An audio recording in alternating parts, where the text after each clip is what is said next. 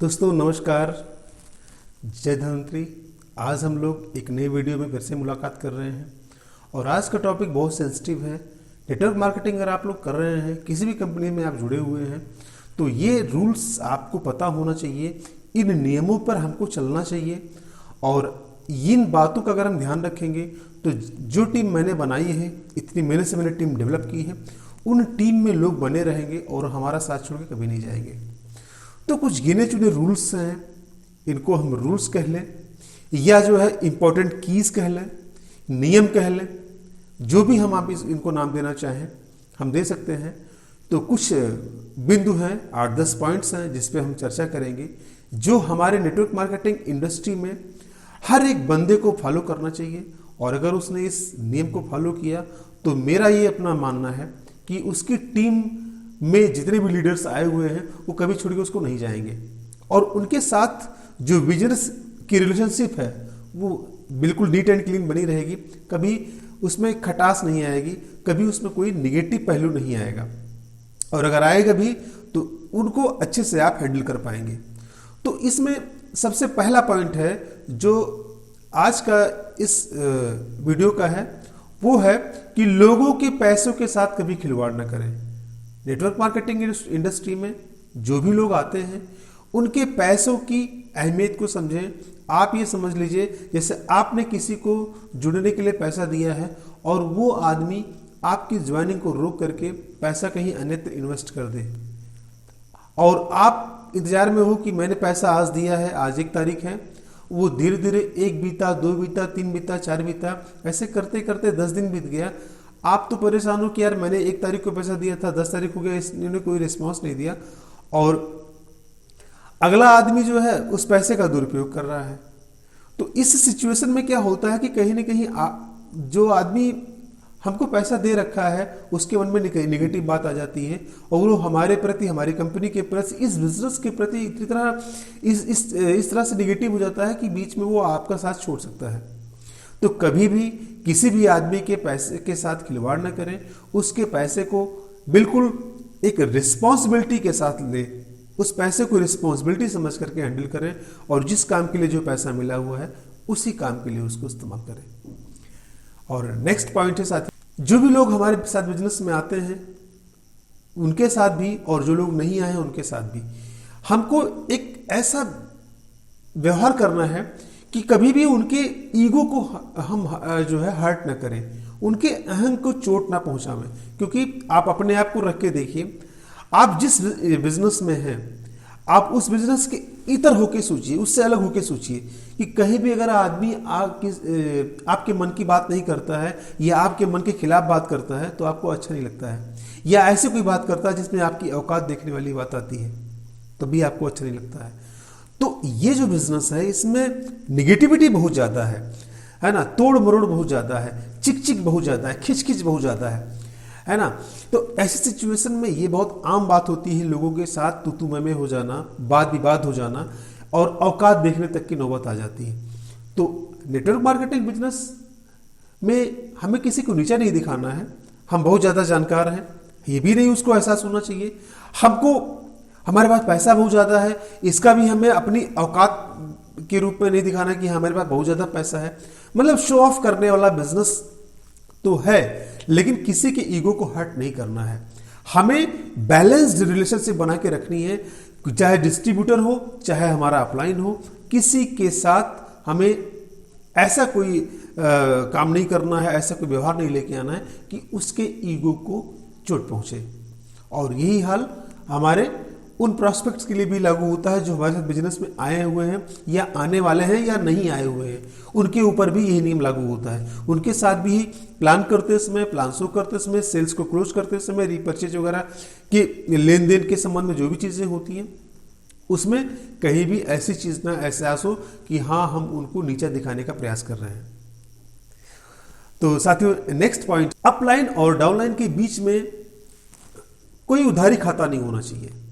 ऐसा देखा जाता है कि लोग जो है अपने डाउनलाइन से उधार ले लेते हैं, प्रोडक्ट दे दिया, डाउनलाइन ने ले लिया, पैसा नहीं दे रहा है, या हमने उससे जो है पैसा ले लिया, तो कहने का मतलब यह है कि नेटवर्क मार्केटिंग में अपलाइन और डाउनलाइन एक ऐसा रिलेशन होता है, इसमें बहुत नाजुक होता है, जरा सा भी पैसे का लेन देन तो कतई नहीं होना चाहिए, उधारी खाता नहीं होना चाहिए।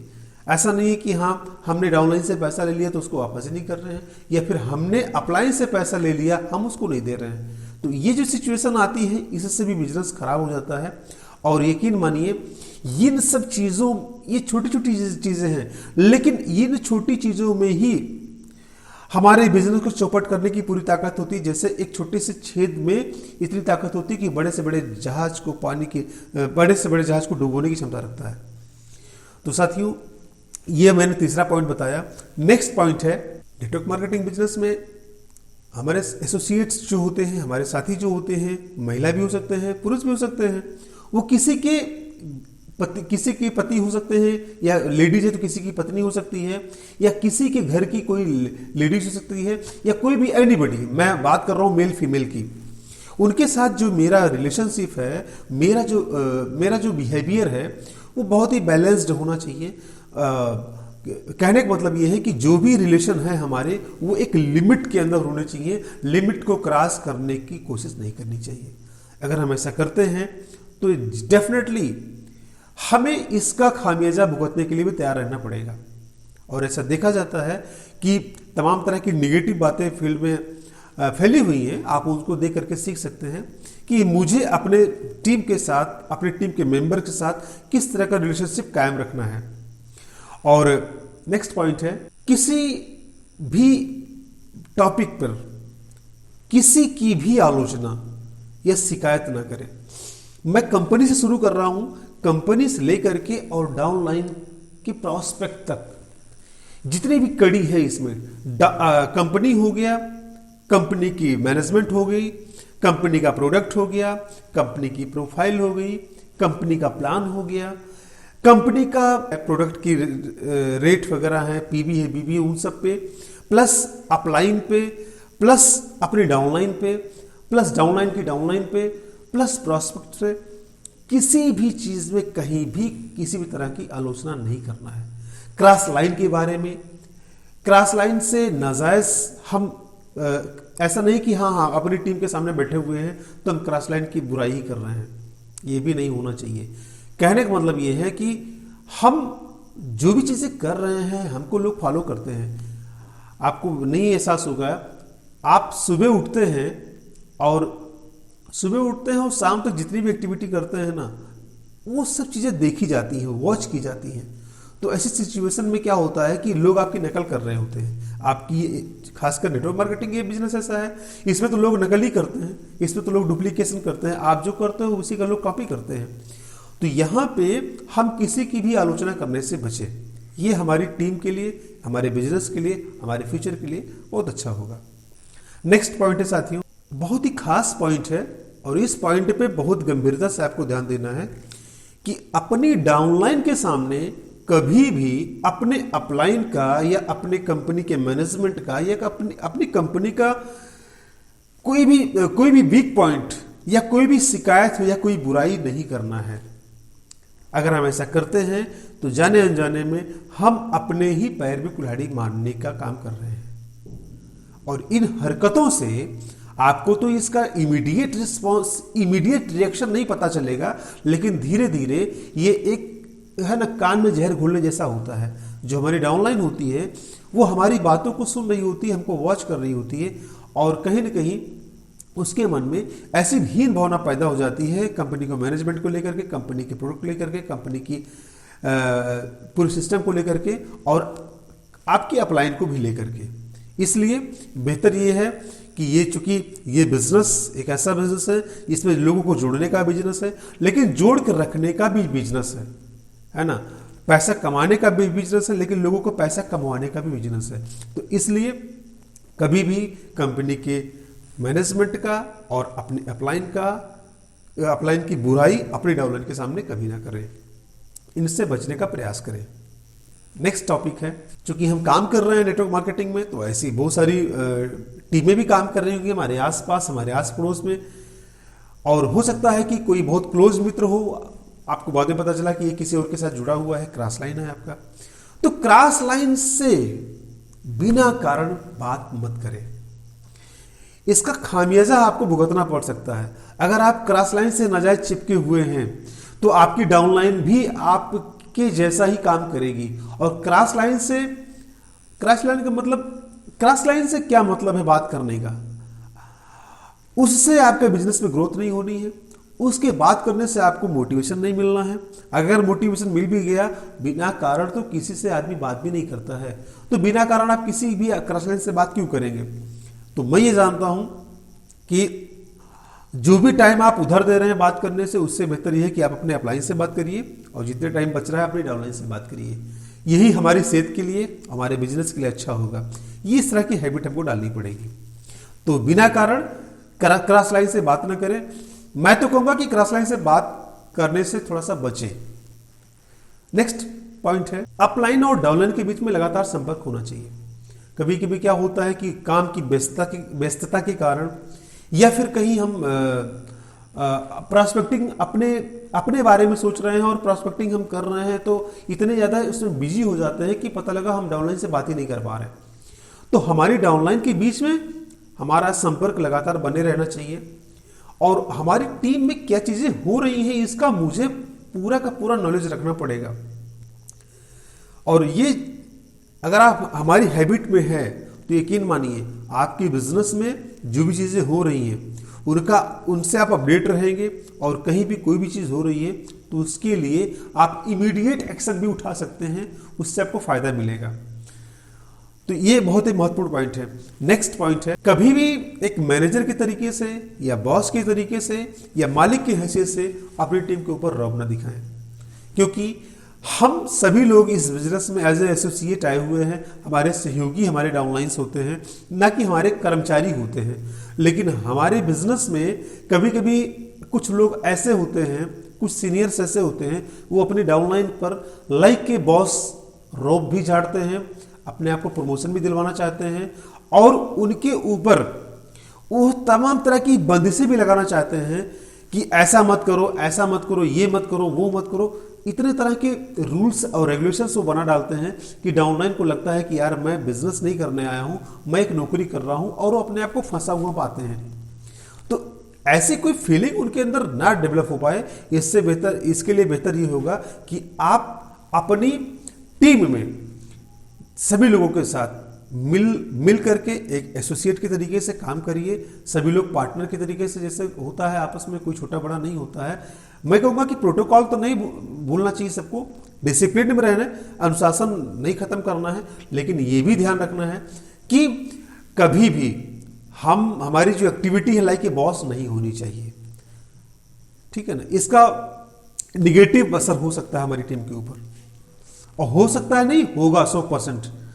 ठीक है ना? क्योंकि कोई भी आदमी जो है बॉस गिरी से थोड़ा घबराता है। आप खुद अपने आप को देख लीजिए, आपके ऊपर कोई ऐसा आदमी हो, कितने प्लान दिखाए, कितनी क्लोज हुए, कितनी सेल्स गई, कितने इस महीने कितनी ज्वाइनिंग हो रही है ना? मतलब रॉब ठीक है, रिपोर्टिंग लेना है, ठीक है, लेकिन like a associates, like a boss नहीं। नेक्स्ट पॉइंट है, इनोवेशन होना चाहिए। नए नए थॉट्स हमारे मन में आते हैं और कुछ लोग क्रिएटिव होते हैं, वो कोई भी काम नए तरीके से करना चाहते हैं। ठीक है, कोई बात नहीं है। हर आदमी को भगवान ने अलग अलग तरह की कैपेबिलिटी दी है, अलग तरह के विचार दिए हैं, अलग तरह की क्षमताएं दी हैं।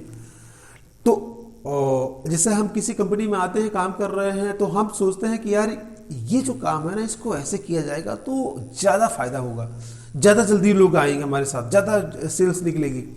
तो इस तरह की कोई इनोवेशन अगर हमारे दिमाग में आ रही, कोई नवाचार या नया तरीका मेरे दिमाग में डेवलप कर रहा है और मैं उसको इंप्लीमेंट करना चाहता हूँ, लाइक ए न्यू कमर या फ्रेशर हूँ मैं, मान लीजिए मैं अभी भी जुड़ा हुआ हूँ और मैं कुछ चीज़ सोच रहा हूँ कि जो मैं नहीं देख रहा हूँ अपने आसपास, अपनी टीम के साथ या अपने सीनियर के साथ नहीं देख रहा हूँ कि ये लोग ऐसा कर रहे हैं। अब मैं कुछ अलग करना चाहता हूँ, तो बेहतर ये है, मेरे कहने का मतलब ये है कि बेहतर ये है कि उस नई चीज़ के बारे में अपने सीनियर से जरूर सलाह लें कि sir I want to do something like this. तो उसमें क्या होगा कि आपका सीनियर हो सकता है कि जो आप करना चाह रहे हो वो इंप्लीमेंट करके छोड़ चुका हो और उससे आपको कोई बढ़िया अनुभव दे सके। वो तो हो सकता है कि कोई बड़ी गलती करने से बच जाए आप, और ऐसा मेरे साथ भी हुआ है। है ना। लोग आपकी डाउनलाइन में भी लोग आपको बताएंगे सर नहीं ये काम आप ऐसे करो ज़्यादा अच्छा होगा, ज़्यादा ज्वाइनिंग निकलेगी। लेकिन उनको नहीं पता है कि सर ने जो है कितना पापड़ बेला है, ये तरीके खूब अपना लिए हैं, वो तरीका फेल है। और वो तो नए नए आए हैं, उनको क्या पता, उनको लगा कि नहीं ये जो कर रहे हैं सर ऐसा नहीं, ऐसे करेंगे ज़्यादा फायदा होगा। तो पता लगा कि आप बहुत बड़ी गलती करने से बच जाओगे। ये लाइन खास करके उन भाइयों के लिए है जो नए नए इस बिजनेस में आए हैं और उनके अंदर ऐसे कोई क्रिएटिविटी जागृत होती है कि नहीं यार ये इस बिजनेस में हम ऐसा करेंगे तो ज़्यादा तेजी से ज्वाइनिंग निकलेगी। तो आप करो, कोई डाउट नहीं है। बेहतर ये है कि एक बार अपने सीनियर से सलाह ले लीजिए कि सर मैं ये करना चाहता हूँ, क्या ये ठीक रहेगा। और अगर सीनियर कहता है कि हाँ ठीक है आप करो, तो ठीक है करो। हो सकता है सीनियर को भी ना इसके बारे में कोई अनुभव हो, तो भी कहेगा चलो ठीक है लेट अस डू, है ना, करके देखते हैं कि क्या होता है। तो ये कुछ मैंने लाइनें बताई हैं साथियों, और उम्मीद है ये आपके लिए बहुत काम की होंगी। और मेरी वीडियो को आप लोग बहुत बड़ी संख्या में देख रहे हैं। अगर मेरे चैनल्स पे आप लोग नए हैं, जो भी साथी नए हैं, अगर अभी तक सब्सक्राइब नहीं कर किया है तो कर लीजिए, क्योंकि सब्सक्राइब करने में कोई पैसा नहीं लगता है। और अगर आप मेरे चैनल्स को जो है लोगों को अगर खुद आपको अच्छा लग रहा है तो अपने लोगों को शेयर भी करिए, ठीक है। इन्हीं बातों के साथ आज का वीडियो यहीं पे रोकते हैं। नेक्स्ट वीडियो में फिर मुलाकात होगी दोस्तों। नमस्कार, जय धन्यवाद।